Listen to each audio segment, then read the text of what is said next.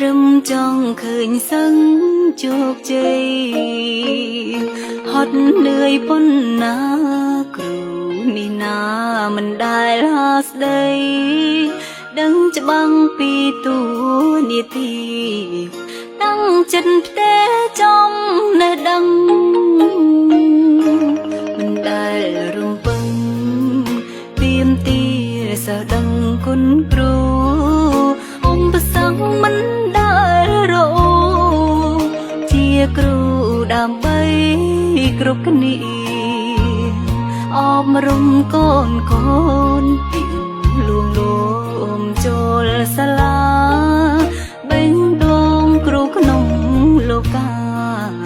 តែងចង់ឃើញសឹងជោគជ័យមានស្នាមមនុស្សគ្រូគ្មានសិទ្ធិកំណត់ដឹងត្រឹមអាចដល់ជាទ្រព្យ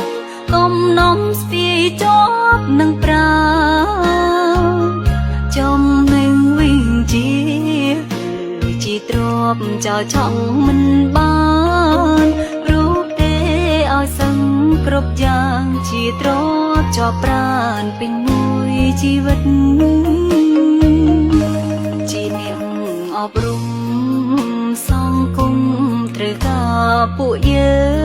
ងទឿនសឹងឲ្យខំប្រឹងឡើង